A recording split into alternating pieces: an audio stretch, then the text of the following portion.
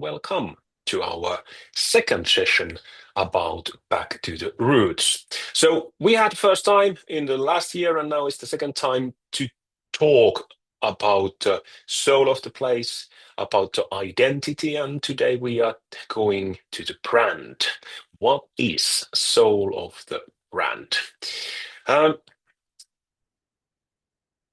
The whole point of these sessions is that we are having a moment to think and having thoughts about that. Who are we? What are we doing? Where are we going? And why are we doing something, what we are doing and why we are doing it, how we are doing it. So it's time to have a small session to reflect our own thoughts and, of course, listening to great experts about the theme of the day. So we have two parts of this session. First part is about keynote, rediscovering the soul of the place, and we have a very uh, pleasant to have the expert from Tromsø, Eivind, who is going to have a keynote for us. And after that, we will have a panel discussion reflecting the soul of the company in the Arctic tourism. So we are going to have a discussion about the soul of the brand, about the identity of the company. What does it mean? What does it mean when we are building the brand? And then we are having closing words, and then we are going to the next adventures after a couple of hours. So very good morning and a lot of welcomes for the session of the day.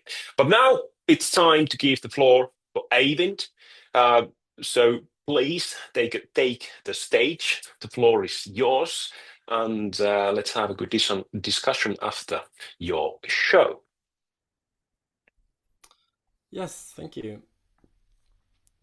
Let me just get up the screen here. Yeah. Hello, everyone. My name is Eivind. I'm a designer. I was born and raised in Tromsø, and I moved back here about 13 years ago to work as a graphic designer, and I'm still here. And I work with many Arctic brands, and I've had some relevant tourism cases that I want to show you today. And also at one point I did marry a tourist, so I have some things to say about tourism in the Arctic. I make a point of saying I'm still here because in Tromsø at least it almost feels like it's more likely to find someone who moved here than someone who grew up here. It has become an international city with a university and of course with tourism, which seems to have exploded over the last years. Like many of my friends, I left Tromsø to live somewhere else and get an education, and I spent 5 years studying graphic design in Oslo and in London. But unlike most of my friends, I came back. And my family was important in this decision. I came back because I had a job offer from my dad, who is also a designer, and my coworker today. He started Rabo with his brother back in 1988, so we're actually one of the oldest design agencies in Norway. And we work with visual communication. Our job is to help clients express who they are in ways that feel fresh, distinctive, and rooted in their place, products, and people. And we design visual identities, websites, presentation materials, and so on. Alongside my work at Rabo, I co-founded Plenum Service Design in 2020. And while Rabo works with visual communication, Plenum is more focused on the process. And we use design thinking methods to involve people and develop new products and services grounded in real needs and lived experience. In northern Norway, the design industry works a little different than in the south. While the people I studied with became experts in small aspects of the design field, I have to do a little bit of everything. And in Norway, we call this being a potato. But I think being an important person in a small agency and have many different roles is something some of the people who listen today can relate to. But today I'm here to talk about branding for tourism. Branding is a topic I'm very interested in, and I want to touch upon more general what is a brand and what is design, and how can you use design as a way to differentiate yourself from the competition. I also want to talk a little bit about generative AI and how it's being used and how it could be used in the marketing of tourism, what you should watch out for, and what are the possibilities. And I want to talk a little bit about positioning and how I perceive the Tromsø tourism scene before I end with my thoughts on the local people and the soul of the place. But yeah, branding and design. I think often when people talk about design, they think it's about shapes and colors, but design is a lot more than that. I use design thinking when I develop visual identities, when I think of physical locations and digital spaces. And design can be used for many things like functions or planning. I like to say that when you go from an existing stage to an improved stage, the design is what happens in the minds of the people who make this change happen.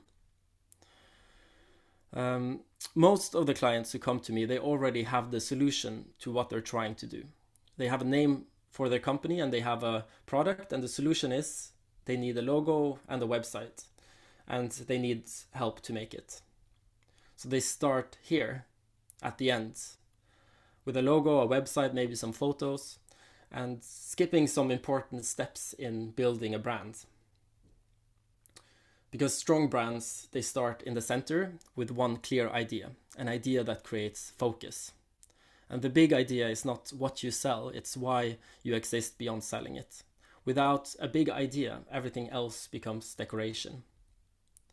And a big idea can come from within. It can come from what you are great at, what the market is missing, what travelers need, or the soul of a place. Or it could be a combination of these things. And from the big idea, you can build vision and values, and they help you drive the direction of the company. It's the future you want to help create for your guest, your place, your community, and your business.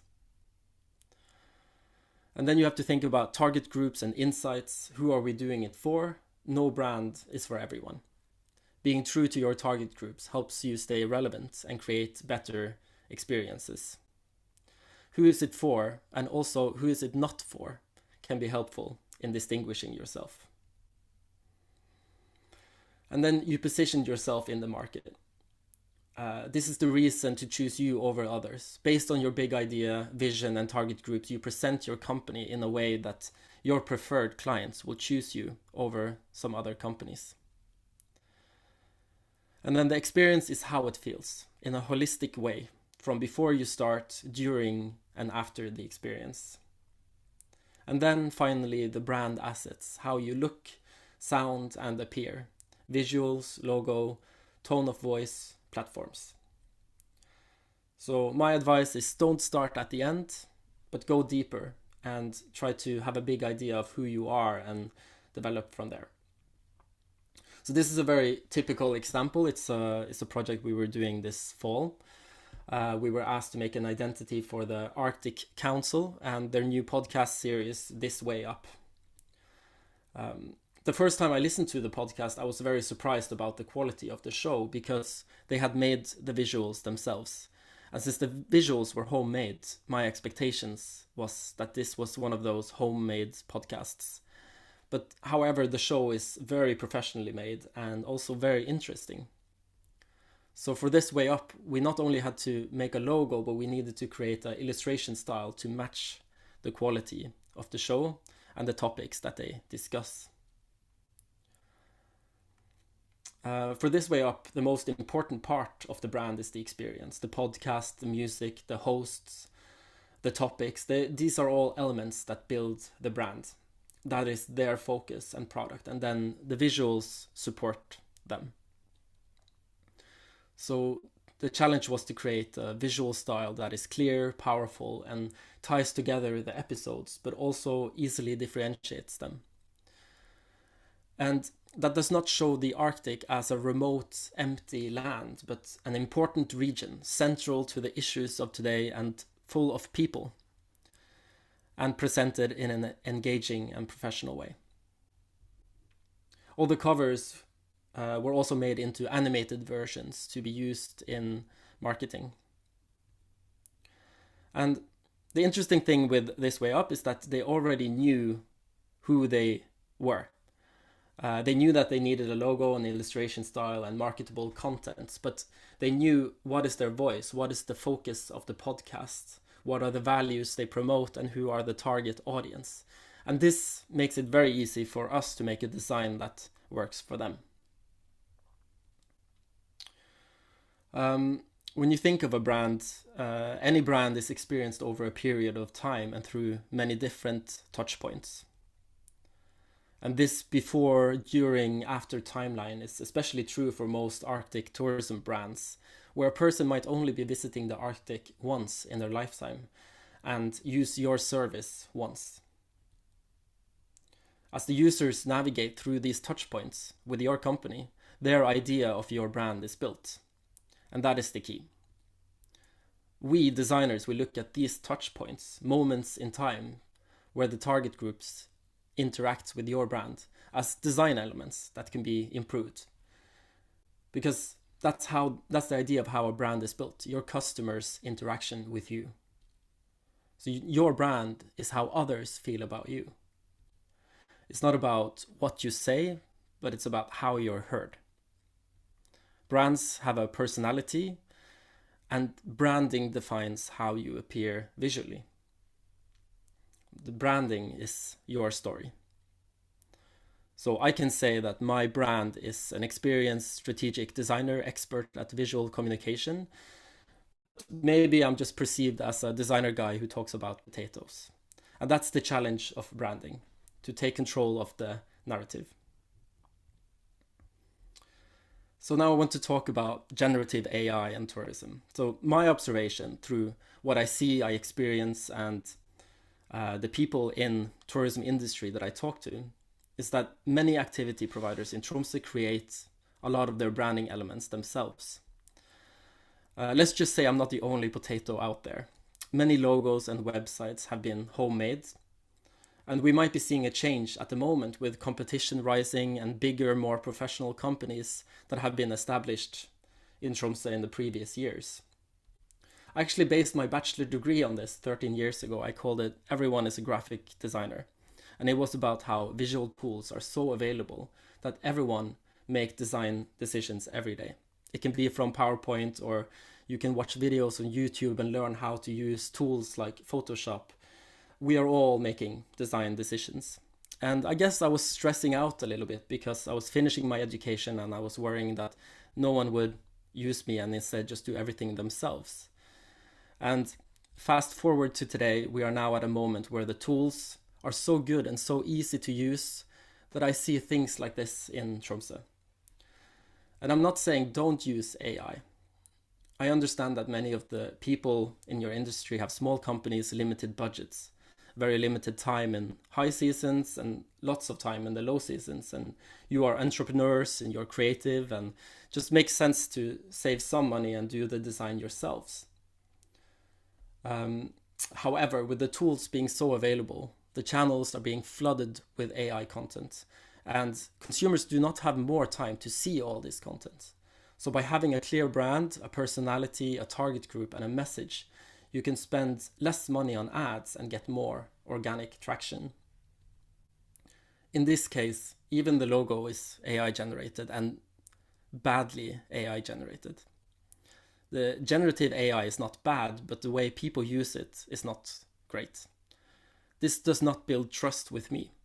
I want to see real, authentic photos. I want real experiences. I want to see a real photo of the product I'm buying. And I would never buy a ticket from looking at this poster. This weekend, I came across this Tromsø-based activity provider on the Chinese platform Rednote that relies heavily on AI-generated content. There's a lot of content like this.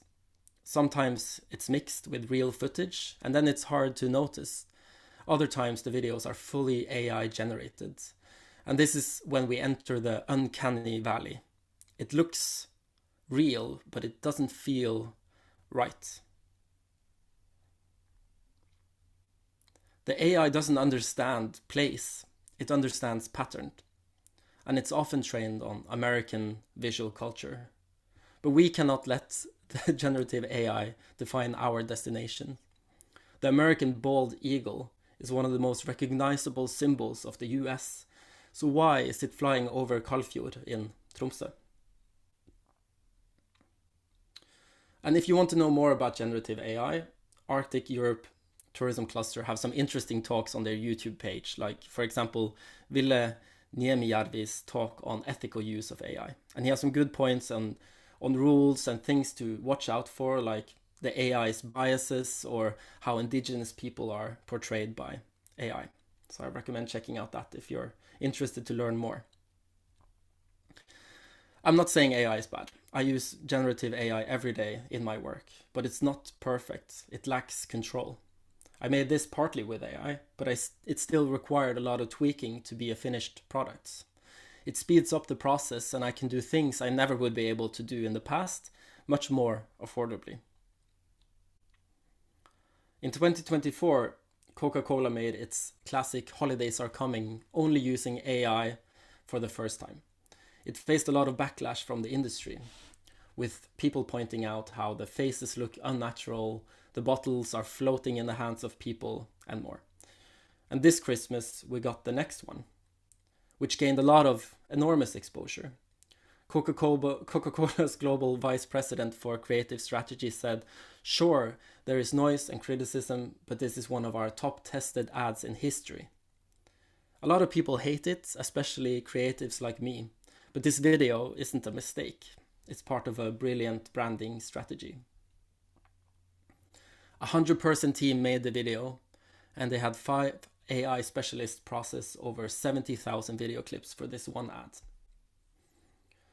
And in my field, people are quite upset. They discuss and they analyze the video, saying things like the animations look outdated and inconsistent. At the 50-second mark, it looks like the truck is driving over a family, or even geeking out over the fact that only 2 of the 11 truck scenes featured the same model of truck. From a design perspective, it's messy, and yet, who cares? It was cheap to make, it gained enormous exposure. Coca-Cola isn't selling perfect design, they are selling a memory. Consistency and repetition is the greatest trick applied by world-class marketers. The less you change, the better. And Coke has repeated this idea for literally 30 years. We love the familiar, so AI-generated imagery is enough. Even the song alone, Always Coca-Cola, might be enough. And this brings me to positioning. Everyone knows that Santa lives on the North Pole. But during the Rampenisten reality Christmas calendar on Norwegian TV2 this Christmas, contestants were asked, in which Finnish town do the Finns claim that Santa lives? And the Norwegian contestants mainly seemed surprised that Rovaniemi was the correct answer, because it turns out people don't think Santa lives on the North Pole. Norwegian people think that Santa lives on the North Pole.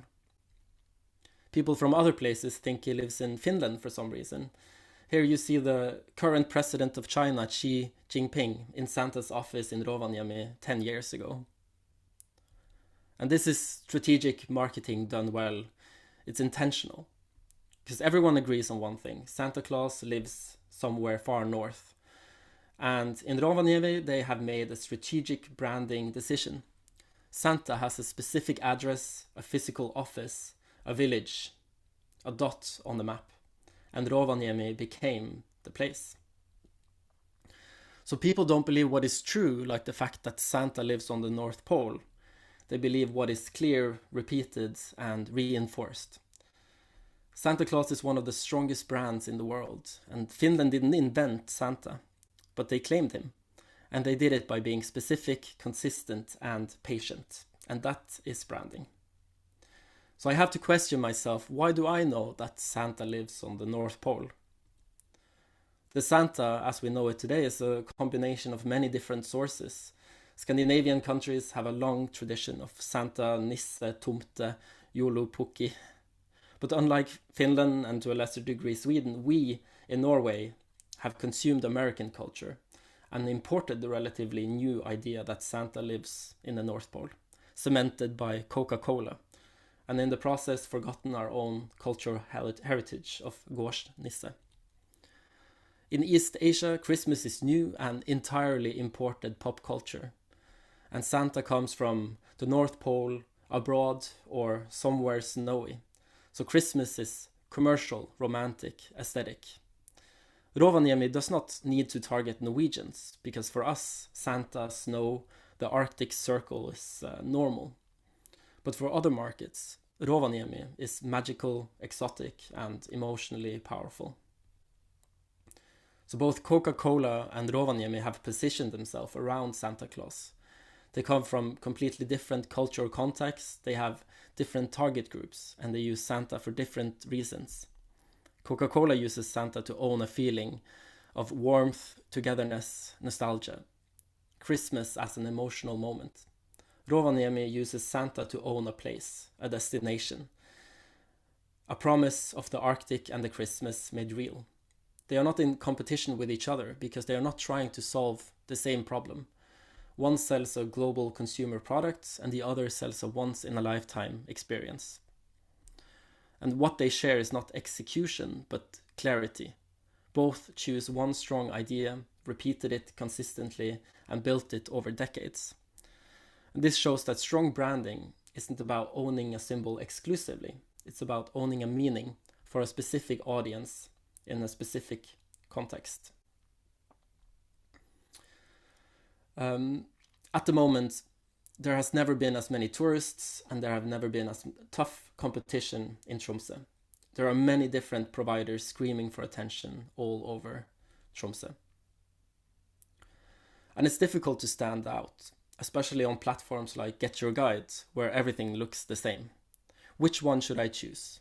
The cheapest, the highest rated, the longest? For some companies, identity and brand strategy is not something they have worked with a lot.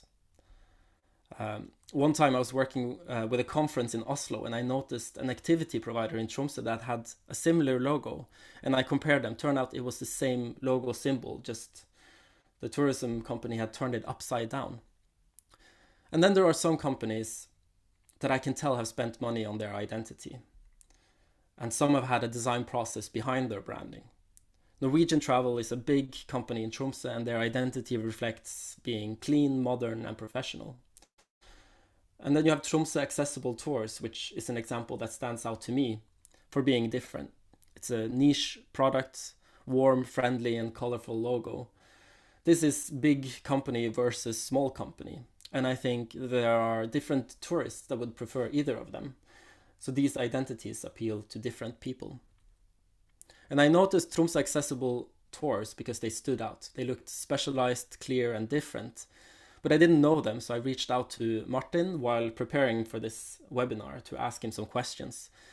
And he told me something interesting. What I saw as a strength, he experienced as a challenge. His goal is to build a brand that is for everyone.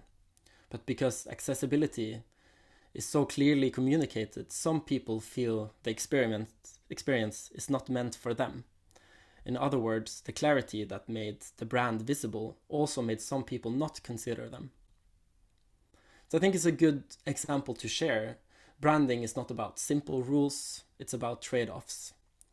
Being specialized does not automatically mean excluding others, but how you express your focus matters. The idea and the values here are strong, and the challenge lies in the expression, not in the intention.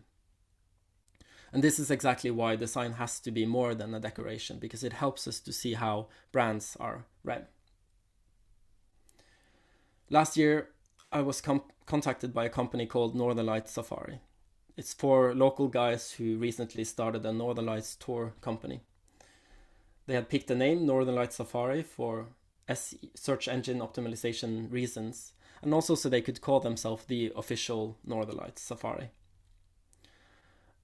They told me they wanted to use design to stand out, and they had also thought that most companies in Tromsø was making a mistake by selling everything to everyone. So they wanted to focus on one product, Northern Lights, and more importantly, they already had a biggish idea. A different kind of safari. The familiar idea with the safari, but reinterpreted for the Arctic. And they had some interesting ideas for branding and platforms. Instead of only focusing on a couple of digital platforms, they want to use physical platforms to build a brand. Partnerships with local tourism businesses and Airbnbs and hotels. And they want to reward local people and businesses with promotion fees instead of only using the giant platforms outside the country. And since they're partnering with local businesses, they wanted a brand that stood out in these venues.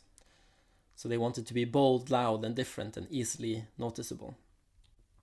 And this is what they told me. We do not offer the best food or drinks. We are neither cheapest or most expensive, but we're an attractive place to work for guides.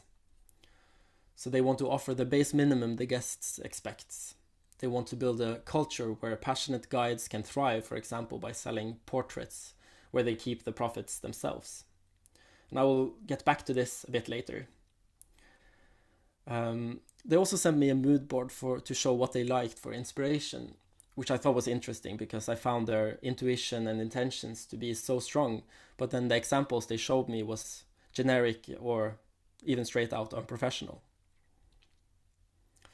But we started the design process, and we usually start out like this with research and workshops. I gather inspirations from other places where tourism might be a bit similar to here, like Iceland, South Africa, or New Zealand. And we look at how other companies in Tromsø look and feel, and we try to figure out who they are and why are they doing this and what are their ambitions.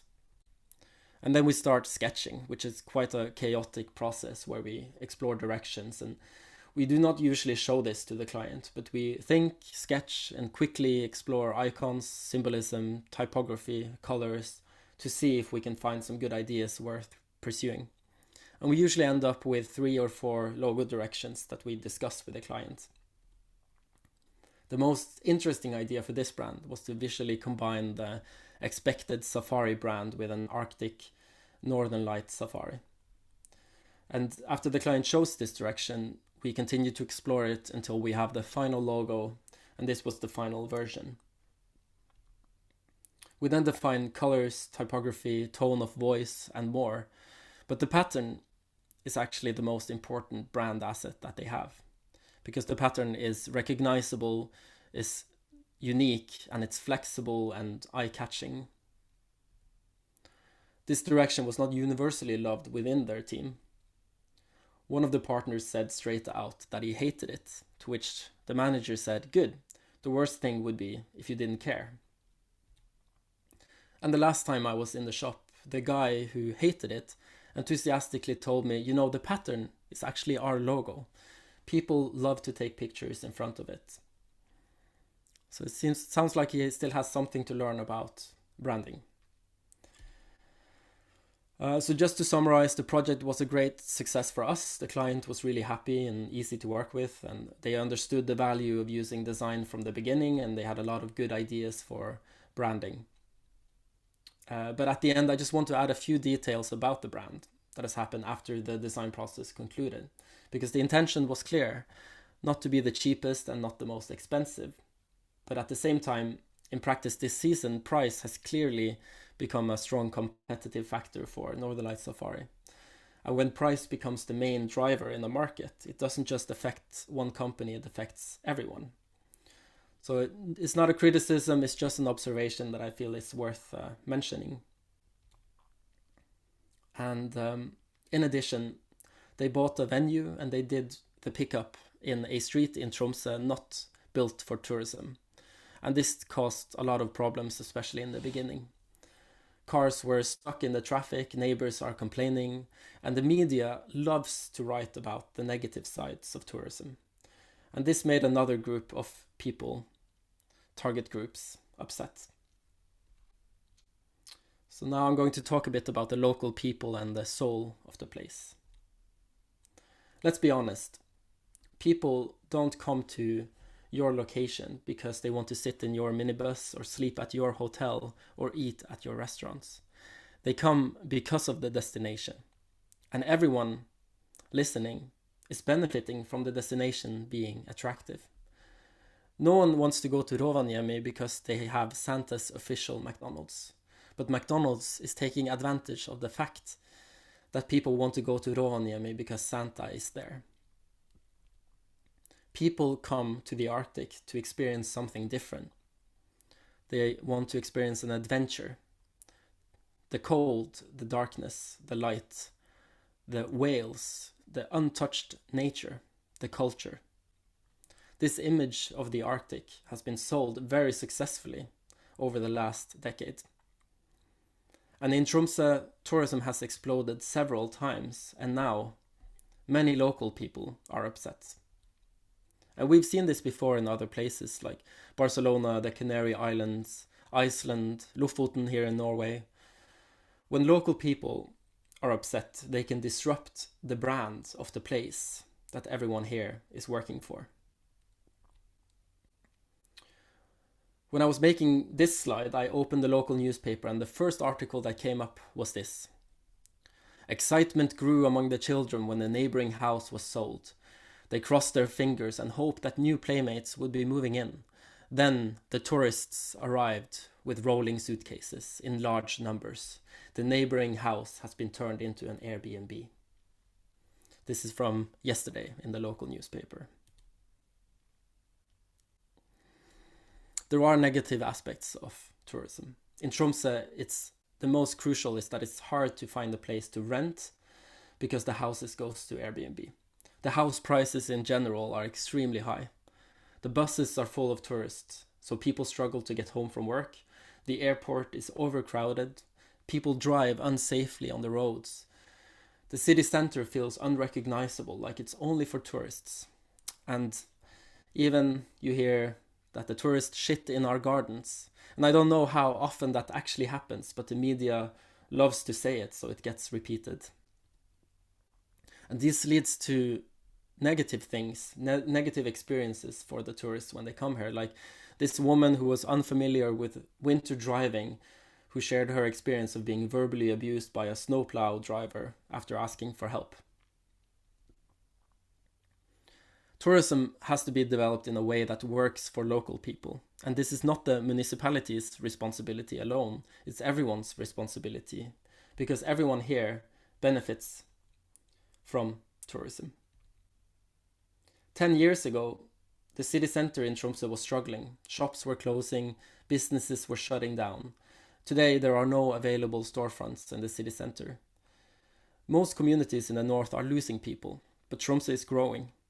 We have an abundance of restaurants, nightlife, we have saunas on the ocean, and tourism should lead to better public transport, not worse. The municipality of Tromsø is broke, but how bad would the situation be without tourism? I'm genuinely grateful for tourism. Without it, I would never meet my wife, and she has built her career in tourism, and I get to work with people in this industry. In my perspective, tourism often gets a bad reputation, but personally, I see mostly positive effects. And the negative sides, I don't see them as arguments against tourism. I see them as touch points that needs to be improved. A couple of years ago, I was working on a project in Rødøy municipality, together with Rødøy and Rana Utvikling. Rødøy is located on the Helgeland coast, right on the Arctic Circle. About 1,200 people live spread across the mainland and islands, in what is often described as Norway's most geographically complex municipality, because Rødøy consists of small stretch of mainland and around 1,000 islands, islets and skerries. You have to get a boat to get into the municipality, and most of the communities are not connected by roads, which means both locals and visitors depend heavily on boat transport. And on one of the islands, Rødøy, which is where the municipality got its name from, there is a mountain called Rødøyløva, the Red Island Lion. In recent years, and I have to say, I have been many different places in Norway, many beautiful places, but I had no idea that Helgeland was this pretty. But in recent years, the Rødøyløva has become a popular place for tourists. And this has led to big trouble for the local community.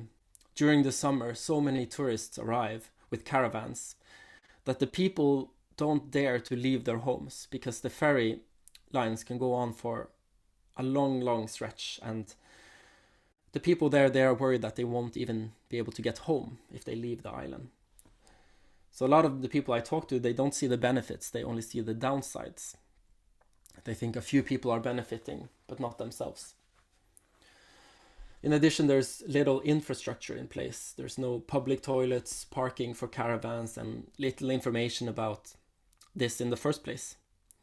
Rødøy is marketed as a wonderful, beautiful place to visit without letting tourists know what to bring, where to go, what to expect, where not to go, and so on. These conversations started out frustrated and angry, but through workshops and dialogue, they become solution-oriented. We also talked to children and youth as well, and they were much more optimistic and saw opportunities, both for the development of Rødøy that would make their life better and children's life better on Rødøy. And also tourism could be something that breaks the trend of these kids leaving to get an education and not returning because of the lack of possibilities. In this process, we also visited Myken, which is an island far out from the mainland with 12 regular inhabitants.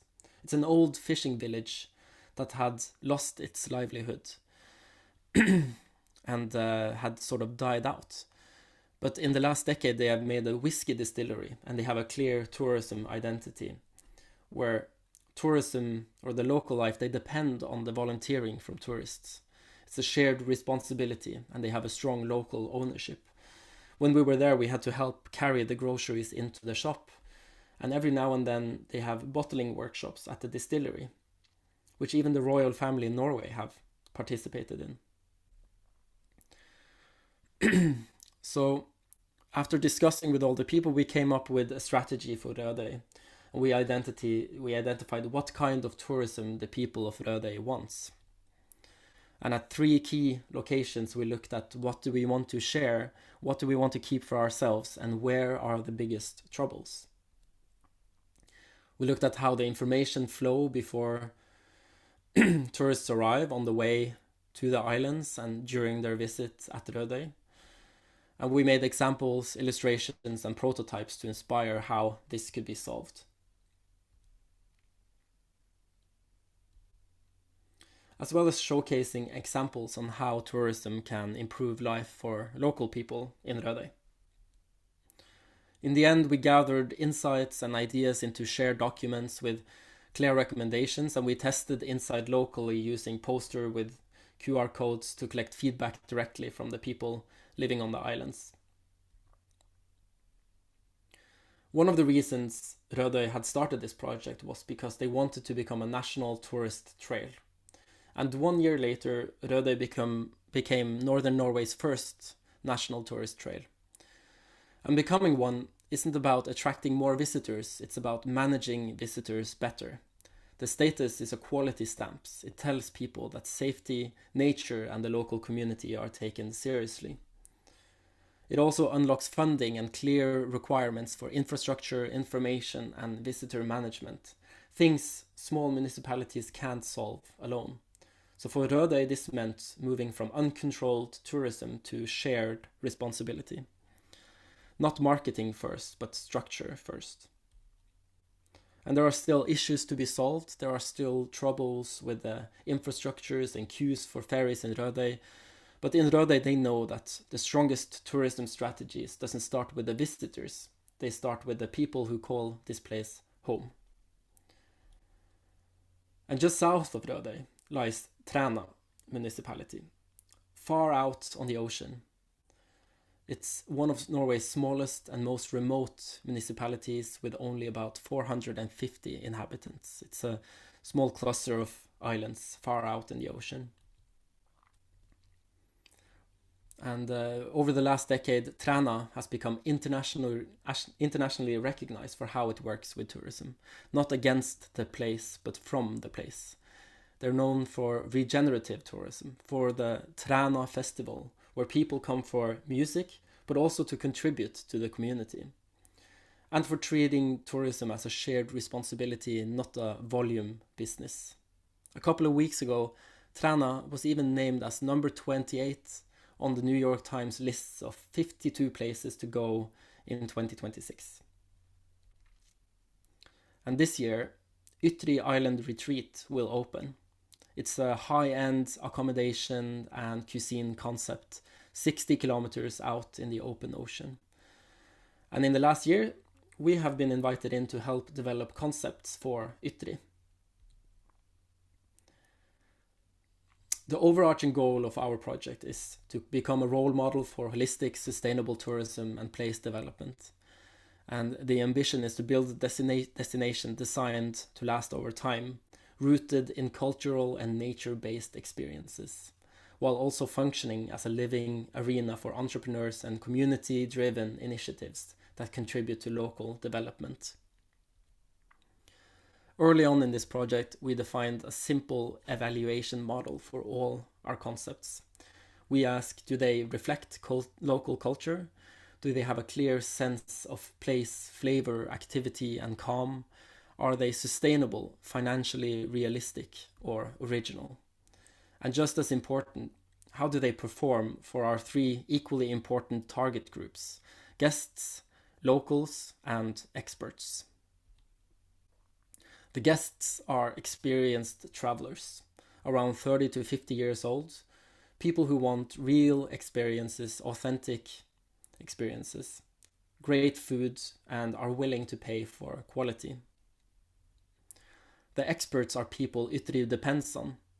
These small islands with a limited pool of people need to attract experts like chefs, guides, storytellers, specialists who need a reason to come, stay, and contribute.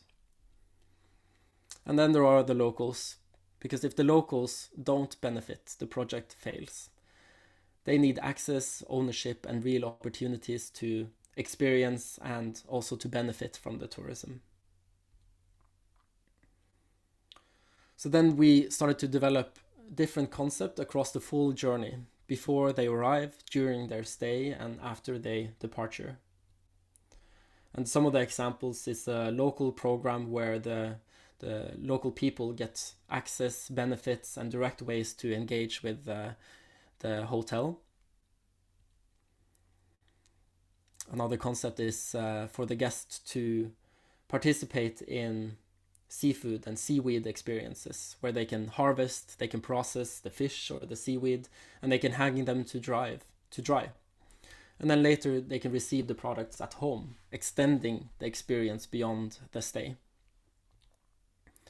We also looked at home restaurants, where locals hosting Ytri guests in their own homes, sharing real food, stories, and everyday life. And this is a concept the people behind Ytri had already tested and wanted to continue to develop. So a lot of the work we did was connected to trying to recruit the local people to want to be these kinds of hosts. And also, of course, further development of this regenerative tourism, this dugnadsturisme, where guests contribute time and effort and not just consume the place. And we also develop a podcast. We had a clear idea. If the guests understand more before they arrive, the experience becomes deeper. So the concept is to make a researched, well-produced, narrative-focused story about Træna and its history and culture. And this podcast works across time. Before arrival, it builds understanding and expectations. During the stay, it adds depth. And after departure, it keeps the connection alive. It can be used for marketing, deepening experiences, or extending them. And we created a simple prototype, which was very well received. So now it's the officially launched episode. So now I can add a new potato to my list of potatoes as a podcast host. because in the next couple of months we will be releasing 2 new episodes. One is about archaeological findings on the island of Sanna, and one is about 2 siblings, one in Træna and one in Hawaii, exchanging photos and letters long before digital media existed. And if we think about the soul of a place, it is local people, culture and history. And on Træna, there are many stories to be told, real stories that go back 10,000 years. In a massive church-like cave on Sanna, one of the islands in Træna, yes, you can experience concerts in the most spectacular natural stage you can think of, but underneath the soil, there's been found fish hooks from the Stone Age, traces from Bronze Age, a mass grave from the Black Death, and much more. When tourism is built on real stories, the place stays intact. So, just to summarize, the logo is not the brand. Design assets are expressions, not the foundation. Branding has to start deeper. It starts with a big idea. A brand is built over time through many different touch points across platforms, experiences, and interactions with the target group. A brand positions itself in the market based on insight, focus, and repetition and emotional relevance, not by trying to be everything for everyone. And design helps a brand understand what it is and makes it visually distinct from competitors. At the very minimum, good design builds trust that you are professional, credible, and safe to choose. Generative AI can be a useful tool in branding, but it must be used with care and intention. And we all benefit from the brand of the place we are selling. And that means we also share responsibility for developing it in a sustainable way. Local people are not a side note. They are key stakeholders in any branding strategy for tourism. And finally, the strongest destinations build their products on the soul of the place, its history, its stories, its culture, and the people who carry them. Thanks for listening. Thank you. Thank you so much, David. Very, very inspiring.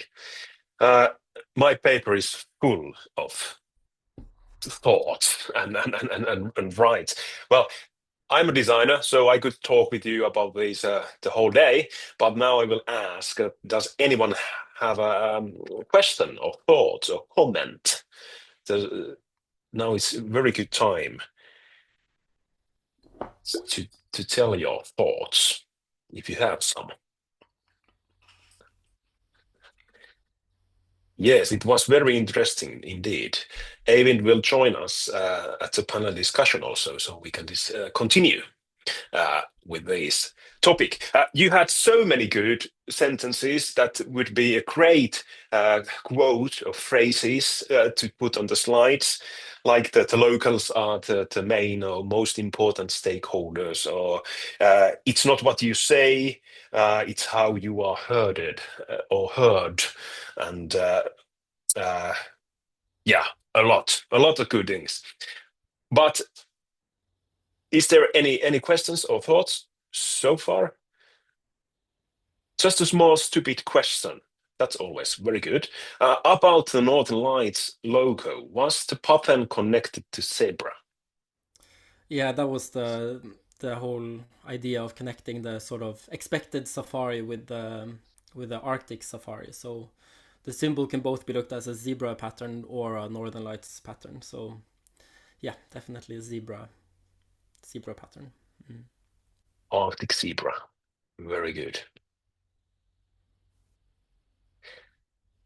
What would you say is the biggest challenge for the tourism industry regarding AI?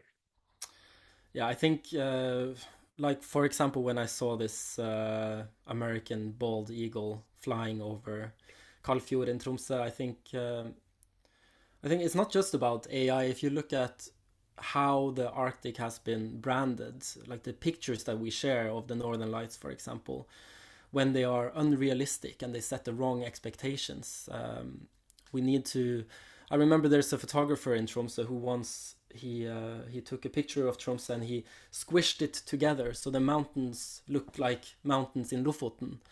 And his point was we have to be honest when we tell the story about the place. And this picture got shared so much from people who just disregarded the whole message and thought it was beautiful. So with AI, you can easily make something that looks good, but it needs to be true.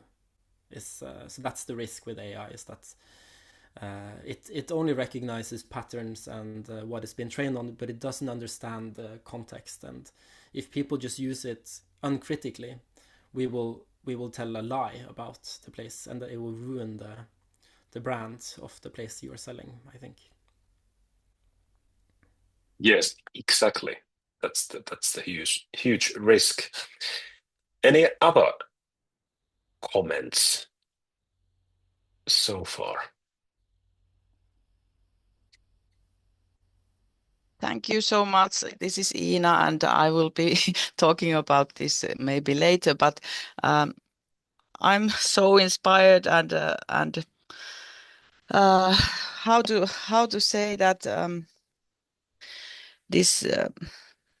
these nature and peace are not just products, and us locals, we also need them, and how important they are for the people who live there. And if the tourism goes so far that it's too much and we want to leave this place, so this is disaster, I'm afraid of.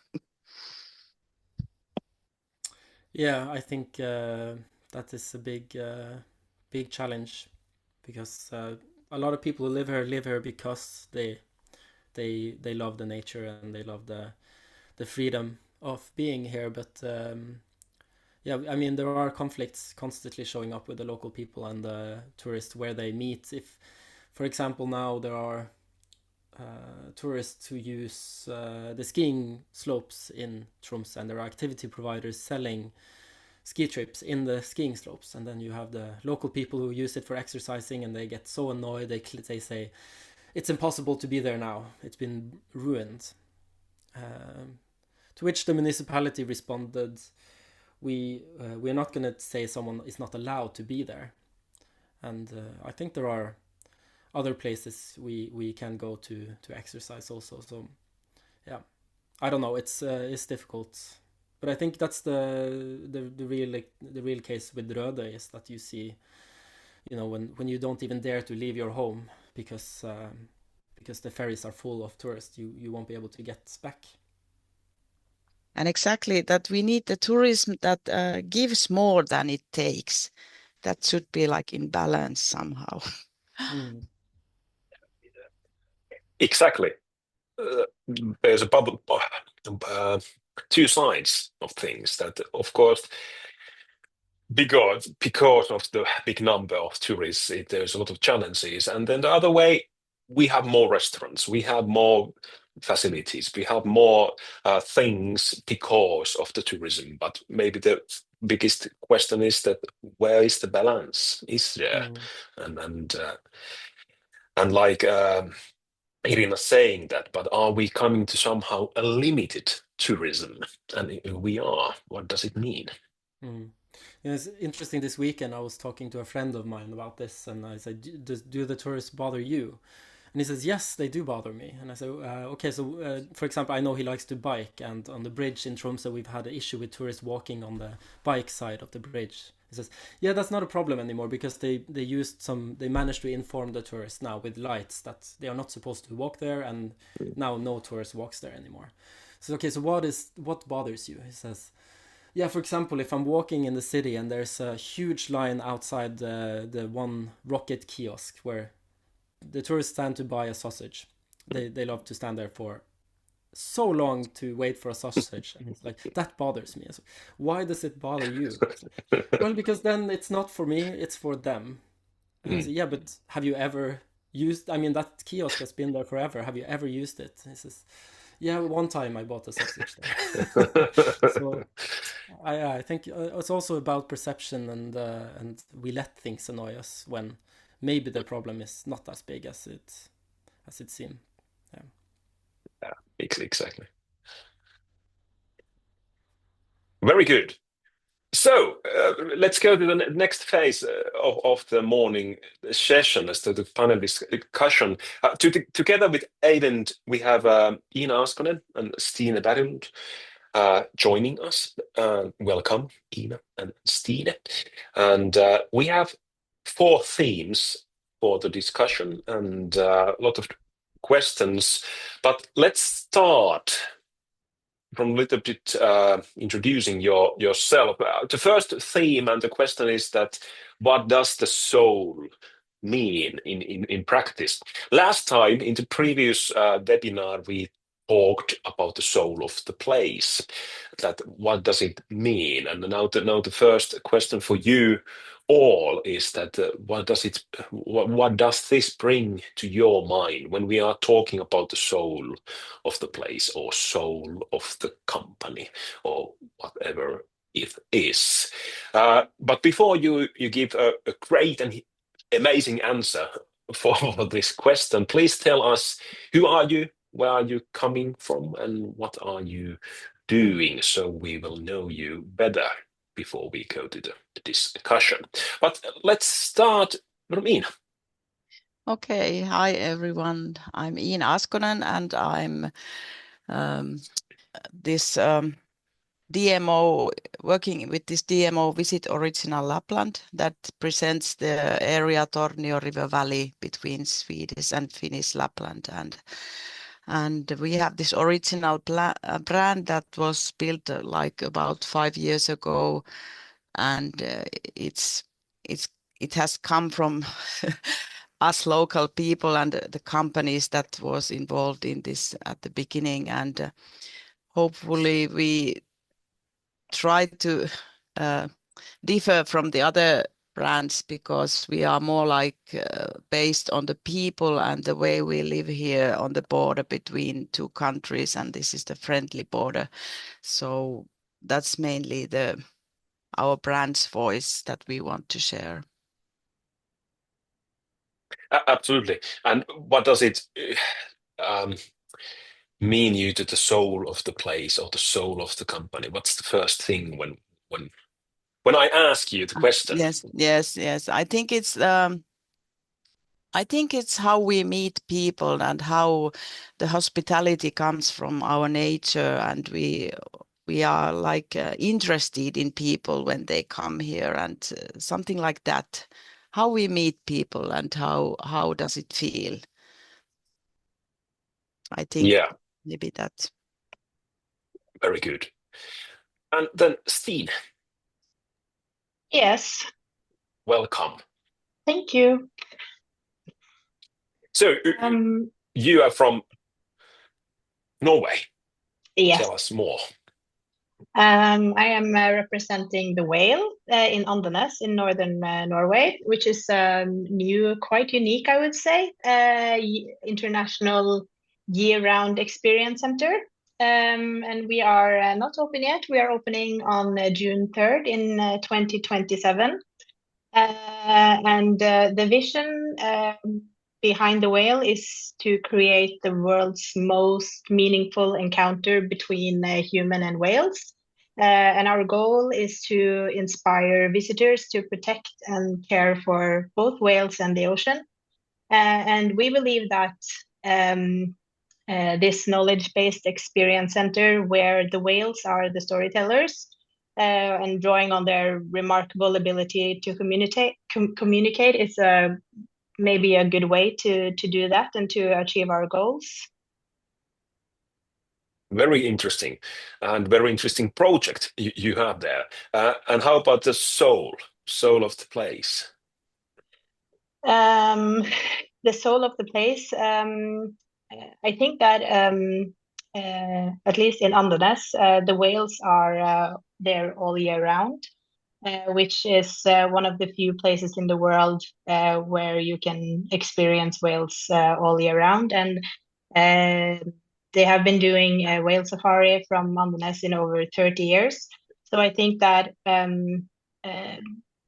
that's the soul of the whale, and it's also something that everyone in Andenes recognizes. and something that it's something that's familiar to them, and it's not something external that is pushed in, but it's being built on something that's already there.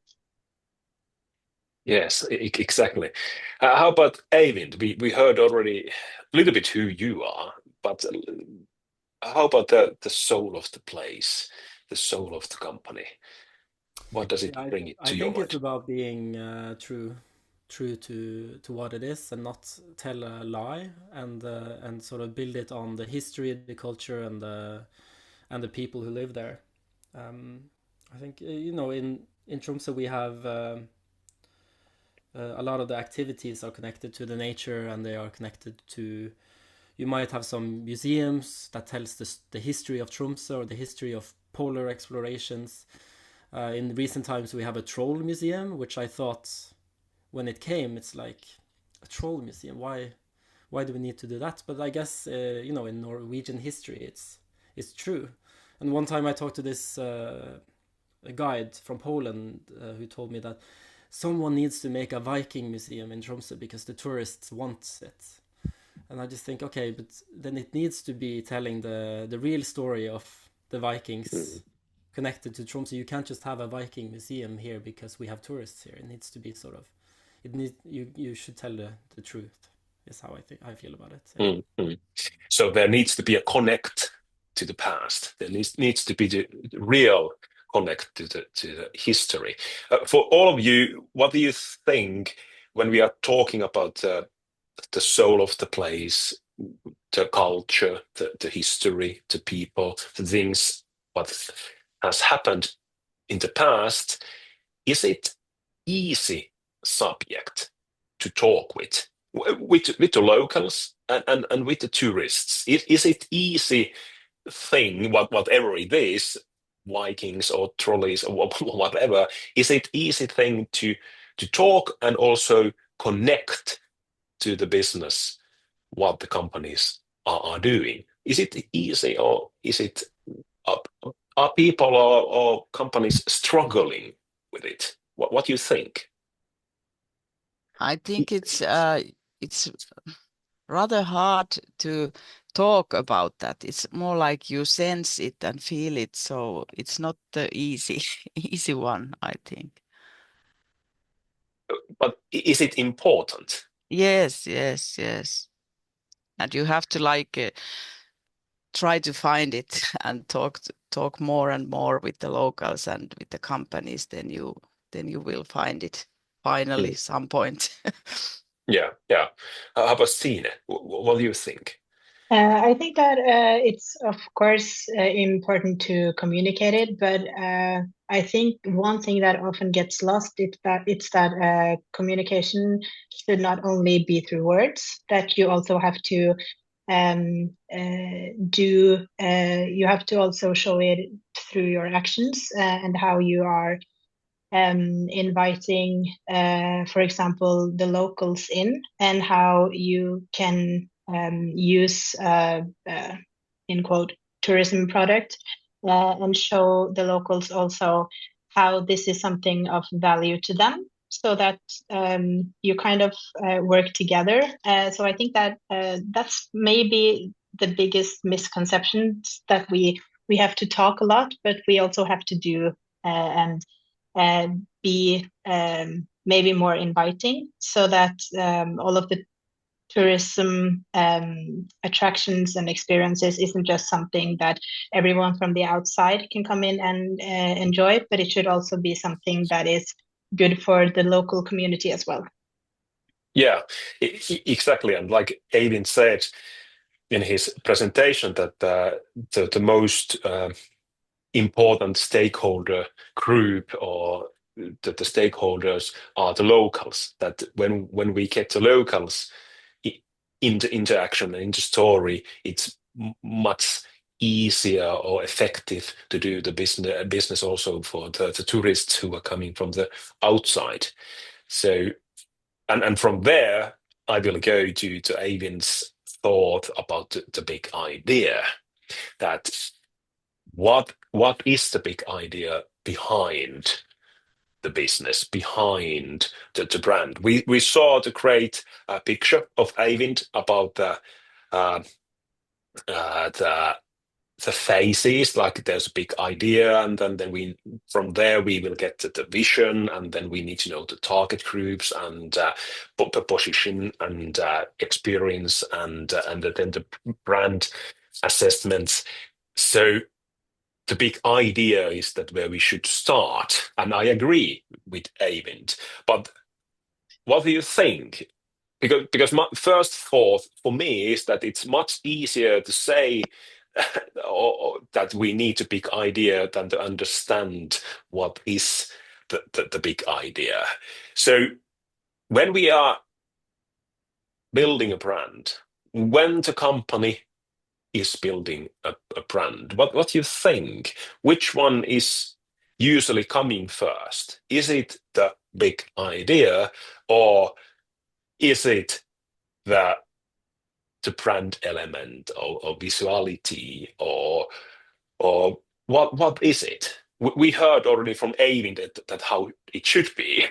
that let's start from Stina and in Ina that what are your experiences? That how does it go? I can go first.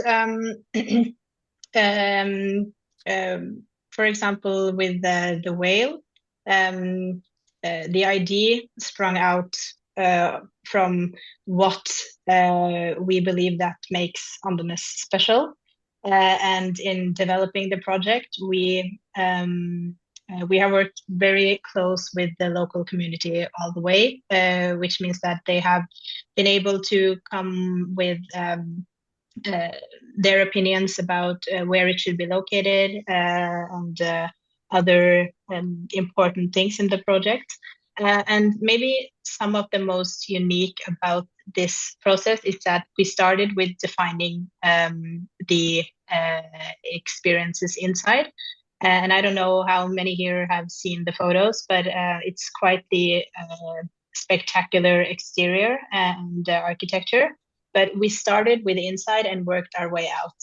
And we don't know yet if it is successful, but I believe that maybe that could be one way to go, because that means that you have you incorporate the soul all through the project and kind of don't take any of these other ways around, or maybe something other exciting. Oh, maybe we should try that. But we have kind of had this this in theme of today, the soul, with us the entire time. Yeah. So through the participation with the locals, you want to make sure that the big idea really fits into reality. That and that the big idea is something that everyone that will be affected by this big project, that it is something that they see themselves with, and that it's something that is authentic for them as well. And that I think that our big idea at least came from our place. Yeah. Cool. How about Ina? The same. I think the place comes first, and it should grow from the place. And I think it's true when us locals recognize it. It's like our our brand or thing that it involved. Like our place, this area, the river is the connection between us, even though this is 500 kilometers long area. So I think the river is something that everybody said first, that this is something that connects us. Yes. How you think that, because of course there are many companies and many actors in the area, and then you have the brand or the soul of the whole river valley, which is the big area. So how you make sure that all the actors, all the players in the area, or at least most of them, will think the same about the area, that they have the same feeling that, okay, yeah, this is our Tony Mm, River Valley. mm, mm. That's hard. Of course, it's not easy. It's not easy. Um, and of course, even the area is so big that it's hard to somehow point out that how we differ from the other areas. But I How think about, yeah, I go ahead. think that yes, I think still the people feel that even though you are from the southern part of the river or the northest part of the river, you still feel like we are the same. It's somehow it's all about the feel. I don't think actually it's about the people, how they connect and feel that they somehow belong together or are the same. Mm. Is there some extraordinary elements, because we are talking about one area which is still in the two countries in Sweden Mm, and mm, Finland. So mm. how about that? Is there differences or about Of the culture or way of thinking or way of doing? of course there is. Of course there is, and it's mainly nowadays our companies are from the Finnish side. At first, we had a dream that we all should be together, like from the Mm, Swedish side and Finnish side, but it's hard because of the fundings and all that. So I think we are the Finnish side, and Heart of Lapland is the Swedish side. So mm, I think that's the way to do it. But of course, there's differences, and we are not the same, but we have the like some sort of connection yeah. still, even though cultures go ahead and everything changes all the time. So even the meänkieli, the dialect that we use in our communication, it's like going down on the Swedish side because there's lots of people have moved away, and so there's strong things that should be pointed out, but what's the reality? Mm, It differs, of course, when the future goes. So, yeah. Well, like, it's not stable mm, the exactly. situation. Mm, Yeah. It's living and moving. mm, Absolutely.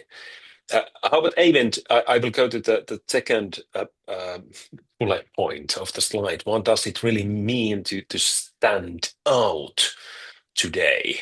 That when we are talking about branding, it's something that we should know who we are, and then we should know how to tell people that who we are and what we do and what we believe in. S- So, from your side, uh, how it is, how to help companies to stand out today? Yeah, I think for like I said, the city has become very touristy in Tromsø, and you can see sort of if you walk in the main street, the shops are screaming for attention everywhere.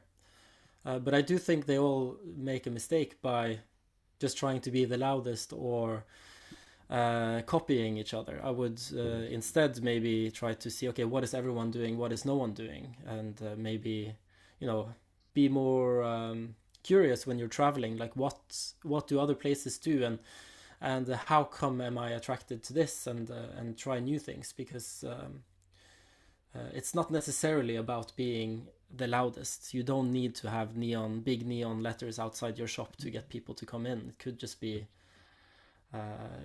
like there's a gap in the market. Like I said, the big idea isn't just the soul of the place. It can be the soul of the place. It could be there is no one offering this to this group of people, or it could just be something you can do better than anyone else. So yes, I think be more analytical. I just wanted to say because when I was studying service design, the whale was one of the cases that was being worked on by some other designers, and I was sort of watching this presentation going on over several months, what they were doing and how they were developing it, and I just kept on thinking, but what is it? Is it a museum? Is it an art project? I don't understand. And then the project ended, and then suddenly when the architect drawings came, it sort of clicked for me. Like, okay, I understand. It makes sense. I can see what it is, what the idea is, and yes, I think it's a good sort of project that to think about when you think about branding and big ideas and how you develop it. Absolutely, and that's a very good point. Like you said before, that we need to understand the target group or the target groups. We need to understand that who are the customers we are serving, and for whom are we going to sell the product or service. And if you understand that, then you can create a connection with them. And it's not all about getting the lowest voice or the biggest ad on the wall. It's to understand that who are we and for whom are we selling our thing. And from that perspective, for all of you, what do you think that how brave the companies are when they are creating their brand identity or products or visual identity? That are the companies watching that, okay, if I have a safari company, it should look like this, and then I should use these kind of colors and these kind of pictures, and then I'm more or less copying the style how the previous companies have done it. And how much there are those companies and players who they don't kind of care that how the other ones are doing it, but they are brave enough to create their own style and identity and the story. What kind of thoughts you have? Is there enough those brave players on the field? No. Okay. So there should be Yes. more. Yes. And I think also myself, when I think about our brand, even how it was built and how it started, and where are we now. And as you even said that we are not, as you said, that we are all graphics, but actually we are not. I can say that. And especially for me, because I'm a photographer also, so I feel the visuals are so important. But sometimes we think, even now, especially now when the AI is here and we use all these things that it offers us, so but usually it doesn't work. You need the professionals, and you need to be sort of clear than be different somehow. I don't know. Yes. So that's the hardest part. And as you showed us the Safari logo, I was thinking about the branding time that we had this start with Original Lapland some years ago, and the graphic lady said that something I pointed out at us this example of like fingerprint and in logo, and I thought that it was almost the same like your Safari thing, and I was like, no, I don't like. And now when you showed us the pictures, I was like, there should have been some sort of, so it's really that we feel something, and the marketing company shows us something that it doesn't just we don't understand each other sometimes, and you pointed out it really well that it could be something like that, and then I understood it. Yeah. How about Stine? are there enough brave ones who are creating bravely their own identity? I don't know, but we are trying at least. That's good. Very good. Yes. So I won't comment on anyone else, but I think that the whale is. I think it's an inspiring project. Also, why I wanted to work with it, because mainly because of the visuals, because the architectural photos and images that has been released, it's I had never seen anything like that before. So yes, it's important. So that one big thing that you are so excited about this is also the visuality, that the Yes. pictures which they make the story kind of becoming true. And you can see, and like Avin said, that when you saw the pictures, you understood that, okay, this is the thing. So we need the visual materials also, and we need a visual identity. And what Ivan said is actually the greatest example of it, that he had been following this project and didn't quite understand what it was going to be. But then when he saw the visuals, it clicked. So I think that's that's a great example. Absolutely. And this might be a little hard question, Stina, but how you make sure that you are brave every day, that you keep it, that you are brave enough to make your decisions and believe your identity in the project? By making sure that what we deliver is what we communicate, and also what we truly stand for, and what fits in within the actual needs of our visitors. And also that we never are tempted to take on offerings that we might see that the customers need, but that we are that we also are good at recommending our neighbors and being aware of what we do well, and not trying to be good at everything. Yeah, very important. And for me as a designer, to brand is to act. It's what we do.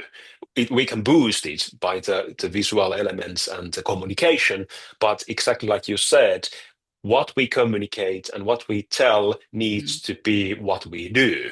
Because if there is a cap between what we are doing, what we are telling that we are doing, then the customer doesn't understand, he doesn't trust us. So I think that should be a good reminder, all of us who are running a company or organization, that we need to do what we are telling that we are doing.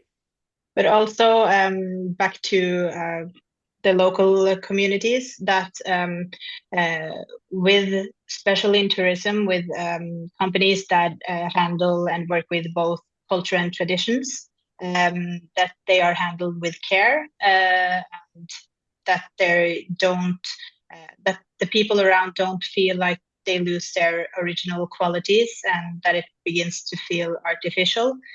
And I think that without a strong local or regional grounding, that it becomes that can become challenging. Yeah, very, very good point. And there's a lot of connection with the different stakeholders and levels. But like say that you have and like we discussed with Ina, that there's the area, and that we are telling the people that this area is like this. In this area, we believe in this area. We have this kind of values, and then when we are going to deeper, also the actor should be connected to the brand of the area. And well, we all know that might be a little bit challenging sometimes. Yeah, but at the same time, I think that when someone walks out from the whale, from the experience should continue. It's just exactly. We have told the story, and now you can go out and live the story. You can see it, and that's not possible if you don't have for example, the soul of the place within or highly integrated in your products. Absolutely. And like Eivind had a picture about the path, it's kind of customer path or your user path, that there's steps when the tourist is thinking that where she or he is going, and then she or he arrives and going to the activities, living the days in the location, and then going back to home. There's a lot of steps during that path, and we should somehow make sure that the whole path is good experience and real experience. Very good. Let's go to the third theme. We already a little bit discussed this, but how do you keep a place or brand authentic while still meeting customers or tourism needs? So there's a lot of angles and sides, but when we are talking about service design, we are talking about the customer experience and user experience, that we should know our customers. We should know what they want and what they need. And then we should know who are we, what we want to do. And then we should create a bridge between those, that we have a capacity, or we have a know-how to do this, and then we understand that there's a customers who have this kind of need, and then we should create a connection. But is there always a balance?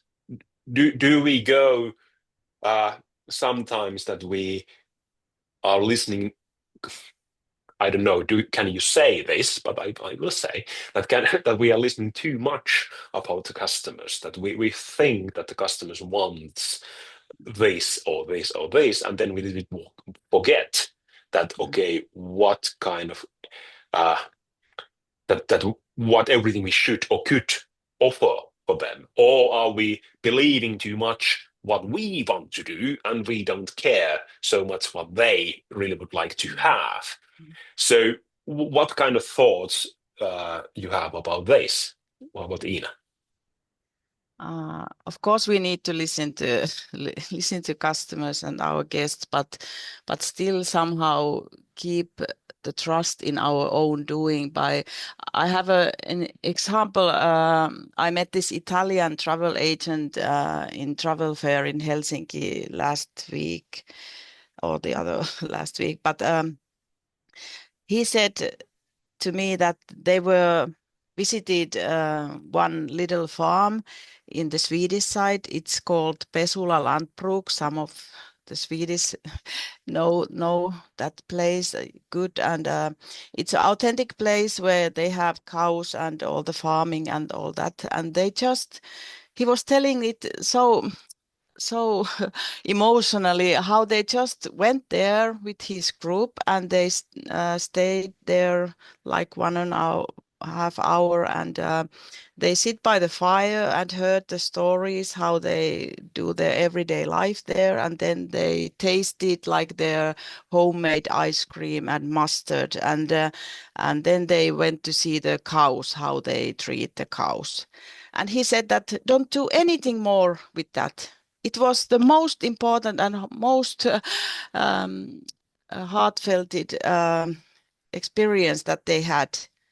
They had been everywhere, and that was the thing that they keep in their hearts for the rest of their lives. So that's something that we should also remember, that even though we listen to our customers as we see what they need with their like accommodation, they need to have good facilities and all that, but still keep our heart in this, and be authentic as we are, but still welcoming and hospital and all that. But don't do. It usually goes like you are like, oh, I'm just a small farmer here, and I want to be good in this. And he felt that it was the most important experience that they had, just being just like that. Yeah, just being person to person, Yeah, and yes, doing the simple things. Yes. Yeah, and like Eivind said, that the companies say that we don't want to do everything. We want to do to Northern Lights. So I think that there's also the connection of the to brand identity and the trust of customers, that if you tell the customer that, okay, we can do this, and everything, I feel that there's a lot of customers who are thinking that, okay, what they really can do. And the other way can be that, okay, we know how to run a farm, and that's our thing. That if you want to have see that, come to us. If you want to see the Northern Lights, don't come to us. go the other place. Yes. Very good example. Other thoughts about this? About I Steve? think that you should not claim to have qualities that the local population does not recognize or identify with. But kind of a little bit of what I talked about earlier, that I also believe that it's important to not end the customer journey too early in the blueprint, because I think some companies might forget that you may remain responsible for the experience even after the guests leave your site, also based on which anticipations they have, not only to your product, but also to the place that they are, especially if they have traveled far. So I think that's also maybe a neglected customer need, that they have to feel like the whole experience is authentic and not only yours. And to have your experience authentic, I think that you need to be in sync with everything around also. So maybe that's also a different question, because if you have to be in sync, how do you stand out? How do you become unique? So yeah. Exactly. And then, because it's your benefit as a company if the whole path is good experience for the tourists. So it means that it's not only about you and how you are doing things. It's all about the other players who are there on the path doing their job. So how to make sure that in there, in the location, that your cooperation with the partners is good. Who is facilitating or running the whole path, or how we are doing this in this location, how you are providing your bus services, or how you are running your restaurant services, or how you are running your services. And as the companies, are we brave enough to have a discussion with the partners that how you are doing your service and how I am doing my service, and should we do something better? That's sometimes very difficult to be honest and talk with others. So Yeah, but it's important, but it's really important, and I want this business to also be built up in honesty and the trust between the companies. exactly. And many times the hardest thing is to be honest, but also to be honest is mark that you care. That so yeah, maybe that's one difficult subject in this whole thing, that how could we have honest conversation together, also with the partners, also with the locals, also with the tourists, the customers, to understand that what they are thinking, how they are feeling, and how should we maybe do and develop something to do to make it better for all of the stakeholders.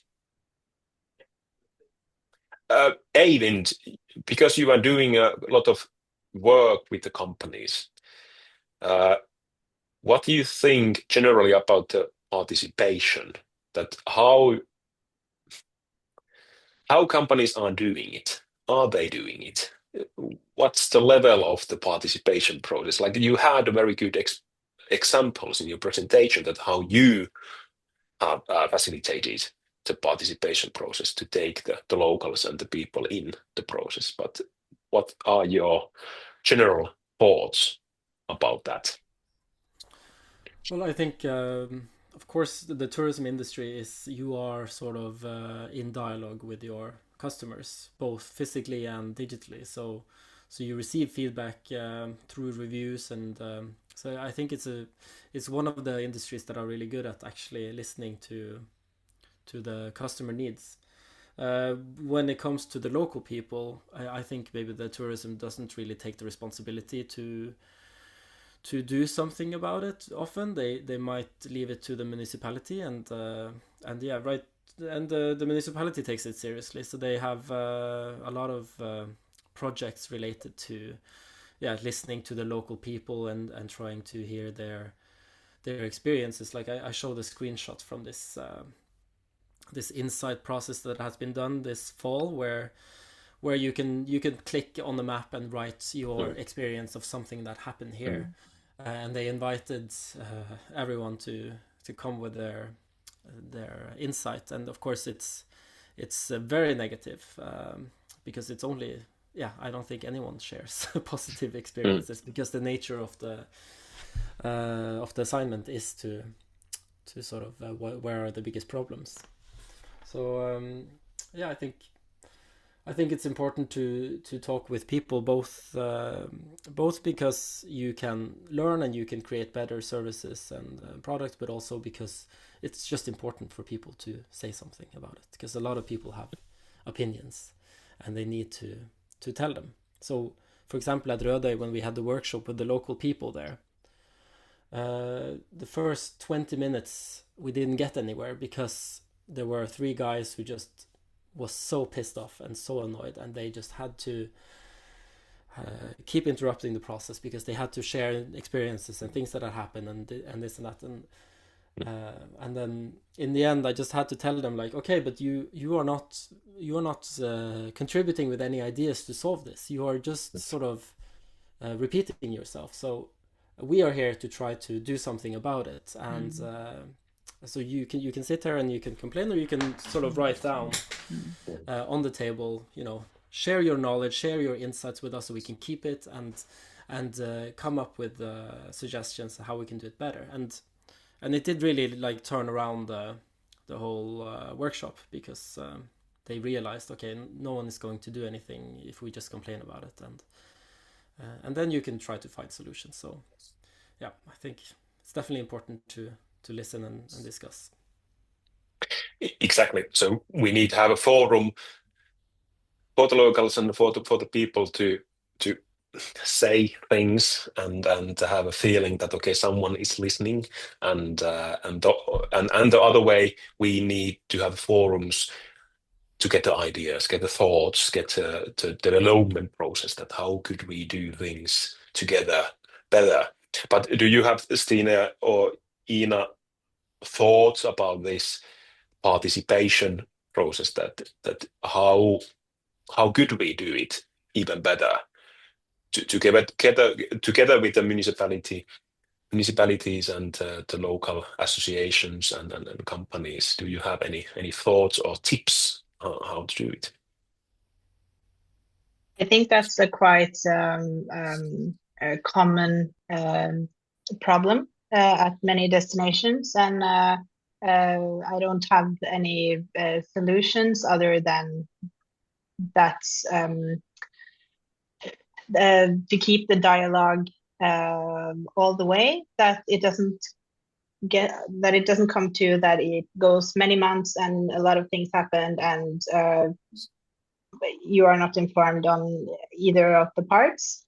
But I think that's one of the bigger issues in the tourism industry, and that I don't, in my experience, the two parties don't have enough understanding for each other, and that we might not know enough about what the other part actually is doing and their mandates, and yeah.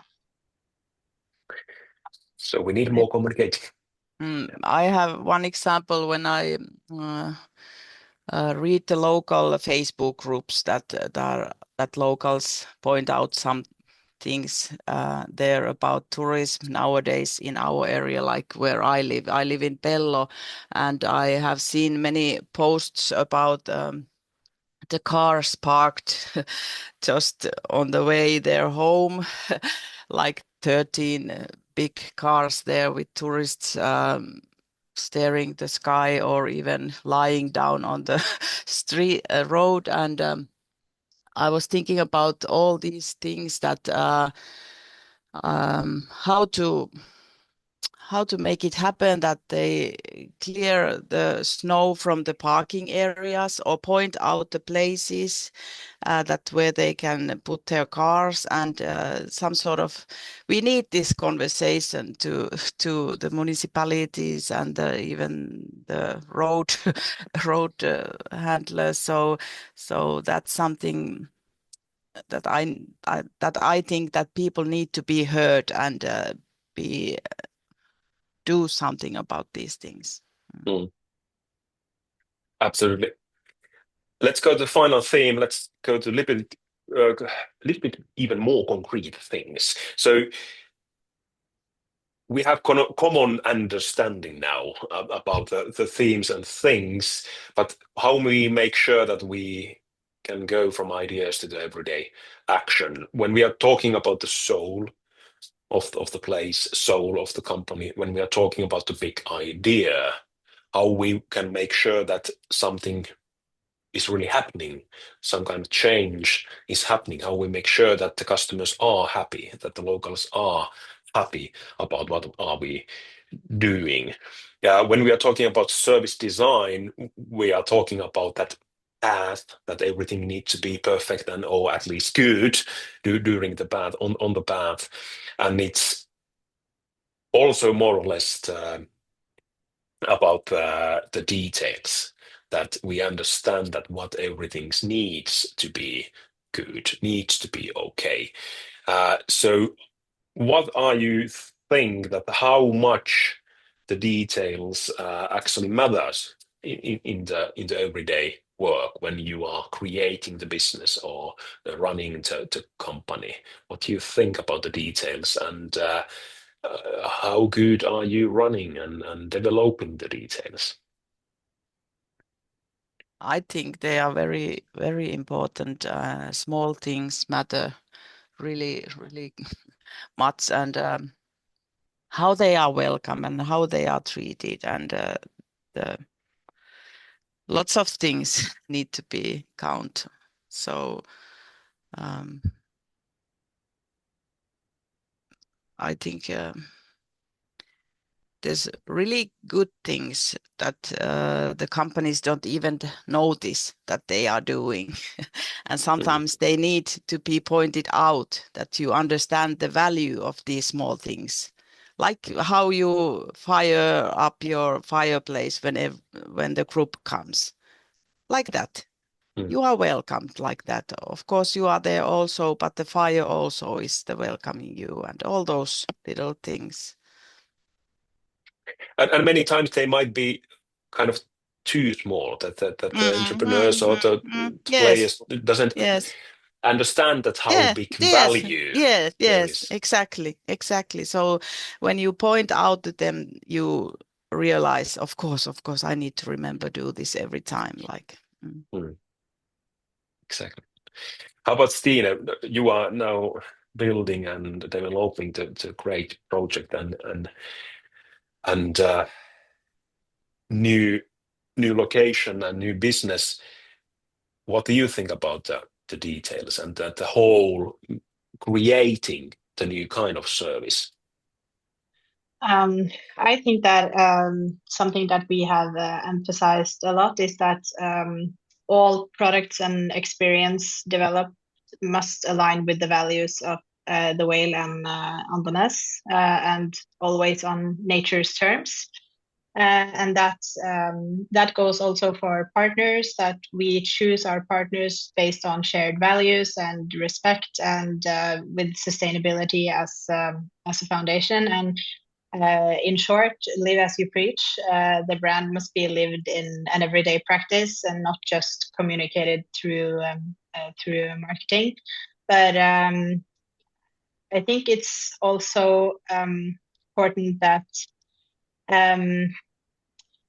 the spirit and soul are, like I said, embedded in everything, but also in the storytelling, and that should, in my opinion, that is something that not should be promoted, but it's something that should be felt. That it's an organic part of the experience, because the people around, the stories and the content, all is so deeply connected to either the place or the experience.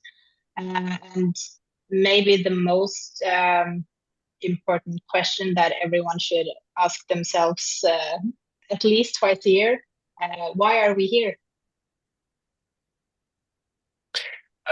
That's very good question. Not only to visitors, but most important the players and the company representatives. That why are we here? Why are we doing it?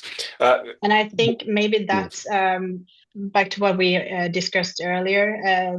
This with the fine line between being both competitors and cooperating together, and I think that should do us a great icebreaker there. Why are we here? Because I think we all want to achieve the same thing. Exactly. We want that the customers are happy and we have a sustainable business. So yeah, very good. How about Eivind?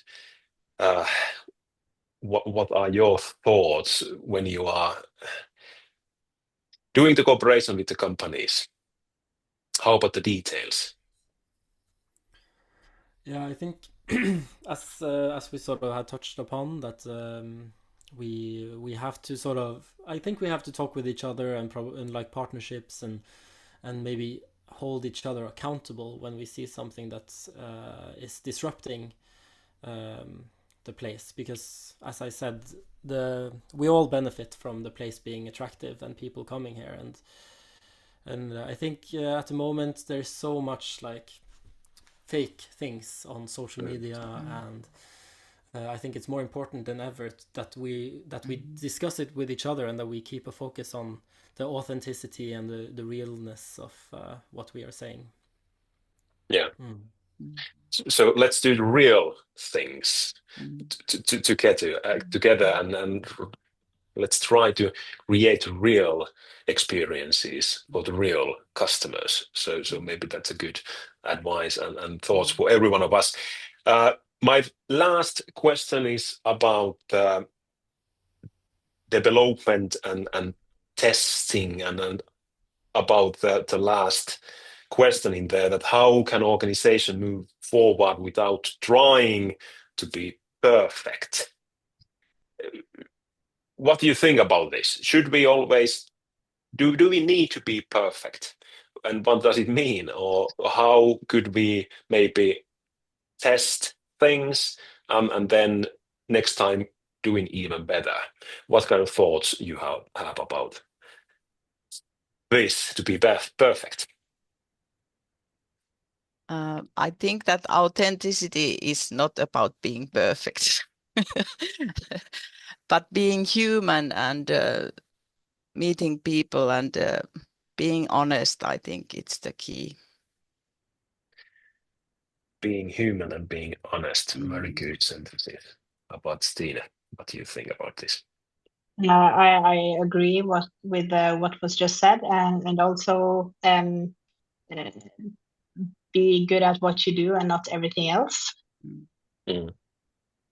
And not try to be like this octopus with 8 arms stretching all over. But if you say that you're good on one thing, focus on that thing, and then you can have cooperations with other that are great at other things, and then you have a great destination.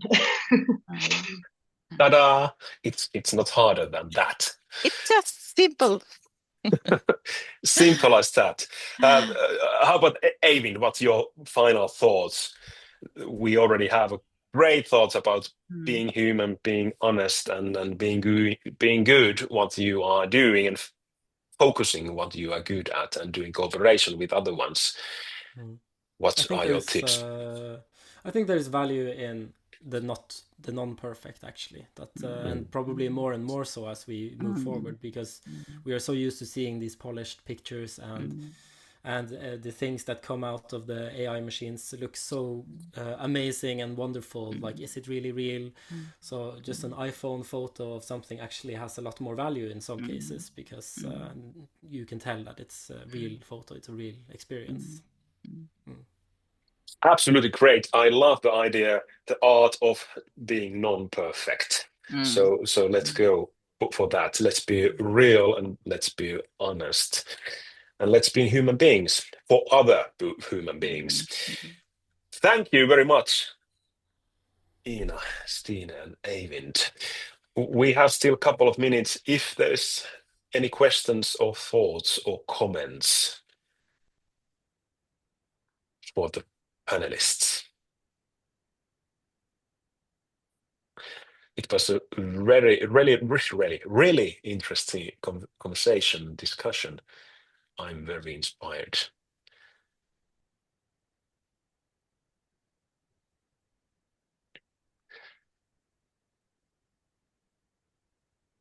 If there is no questions or comments so far, thank you.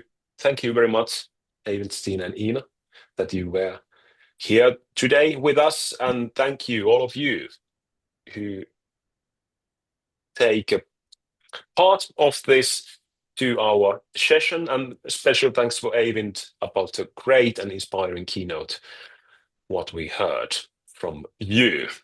So this was our session about the soul of the place, soul of the brand.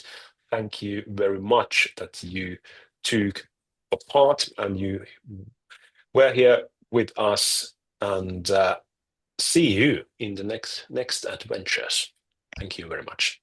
Thank you all. Thank you all.